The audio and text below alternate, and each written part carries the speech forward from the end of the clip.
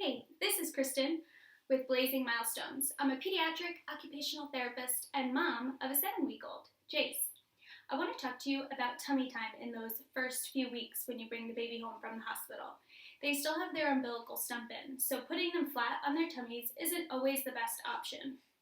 Or maybe they have an umbilical hernia or a G-tube, something preventing them from being completely flat on their bellies. There are 2 ways you can do it. You can do it so that they are completely across your chest, either laying in bed, laying on the couch, laying in a chair where you're reclined, and they can just rest across your chest like this. This is a nice way for them to start lifting their head to the sound of your voice. You can start talking to them, they feel the beat of your heart, they feel the warmth of your body, so they tolerate that tummy time when they're on their chest a lot more. And you can grade how much force is pulling them down from gravity. Another nice way I did tummy time with Jace was I crossed my legs on the floor. You can do this in sitting. It's a little bit better on the floor because you get closer to the ground, so if he rolls over or moves around, he's safer because he's on the ground. But you can do this in a chair. Just make sure your legs are at a 90-degree angle and your feet are on the floor. What I did was I placed him across my lap like this. Right now I have my hand under his arm. He's chewing on his hand. But this was good because the separation between my legs allowed where his belly button was, so there was not a lot of pressure when that stump was on it.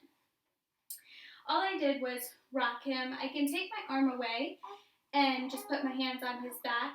This is good because you can pull him completely down, so gravity is forcing him down and he has to push up or feel the ground.